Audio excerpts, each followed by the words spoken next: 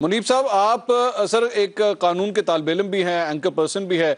आपकी इन तमाम सलाहियतों का फ़ायदा उठाते हुए हम आपसे तजवीज़ लेना चाहेंगे। आर्टिकल 19 को कोट किया गया है पेमरा के इस नोटिफिकेशन के अंदर। मुझे ज़रा इसकी कानूनी हैसियत बताइएगा, क्योंकि ज़ाहिर बात है पाकिस्तान तहरीक-ए-इंसाफ ये भी कह रही है हम इसको कोर्ट ऑफ लॉ में इसको चैलेंज करेंगे।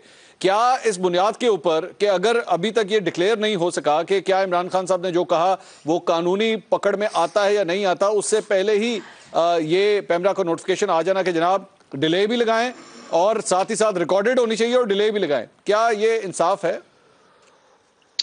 बिस्मिल्लाहिर्रहमानिर्रहीम। बहुत शुक्रिया मंसूर साहब। देखिए, एक बात सबसे पहले मैं आपको ये अर्ज कर दूं कि देखिए कोई भी फंडामेंटल राइट जिसे हम कहते हैं, जो कि पाकिस्तान के आइन 73 के आइन ने हमें दिया है, कोई भी फंडामेंटल राइट जो है वो एब्सोल्यूट नहीं होता सिवाय राइट ऑफ लाइफ के। ठीक है, अगर आपने रहना है, एग्जिस्ट करना है, वो चलें आप, वो एक और चीज़ है।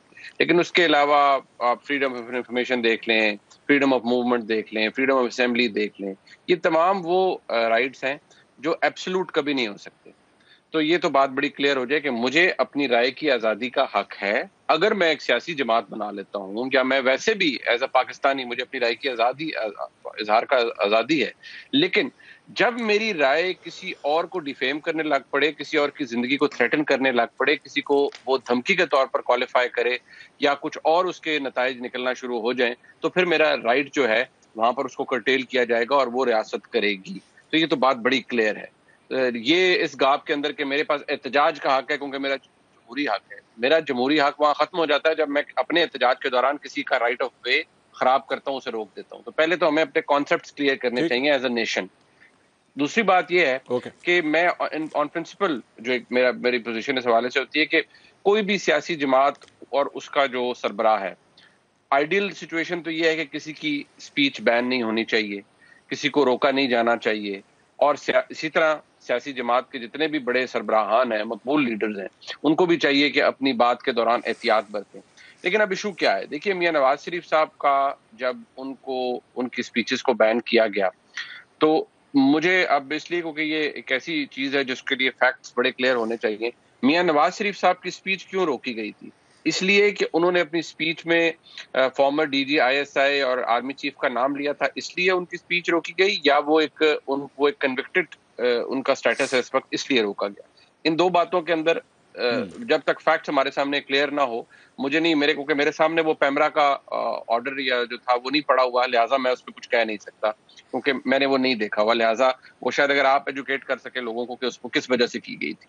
दूसरी बात यह है कि जनाब इमरान खान का जो तर्ज अमल है, उसमें ये बात ज़हन में रखिए कि मियां नवाज शरीफ हों, मरियम नवाज शरीफ हों, मैं बहसियत पाकिस्तानी मैं ये कहता रहा हूं कि ये इतने बड़े बड़े लोग हैं। मियां नवाज शरीफ साहब 3 दफा मुल्क के वज़ीर आज़म रहे हैं, इनको इज्तनाब करना चाहिए, नहीं करनी चाहिए, नेम कॉलिंग नहीं होनी चाहिए, मैं बिल्कुल कहता रहा हूं।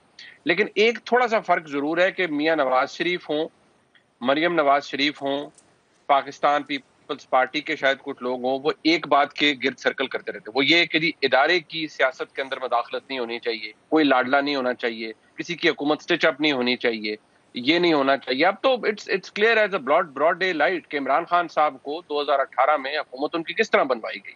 ठीक है, यही इस तरह की जो सहूलतें थी माजी में और जब सियासी जमातों को भी हासिल रही। लेकिन अब बहुत कुछ बदल गया। इमरान खान साहब एक नई प्रोडक्ट थे, 2018 में उनको बाकायदा तौर पर उनकी हुकूमत बनाई गई, और अब तो वो खुद कहते फिरते हैं कि भाई मैंने वोट लेना होता था तो मैं एजेंसियों को कहता था इत्तेहादियों से वोट लेके दो, मैंने इलेक्शन कमिश्नर नॉमिनेट कराना होता था तो वो मुझे रिकमेंडेशन जो है वो एस्टैब्लिशमेंट की जानिब से आ जाती थी। ये बड़ी क्लियर है। दूसरी बात, इमरान खान साहब का फर्क क्या है? इमरान खान साहब रिवर्स काम कर रहे हैं।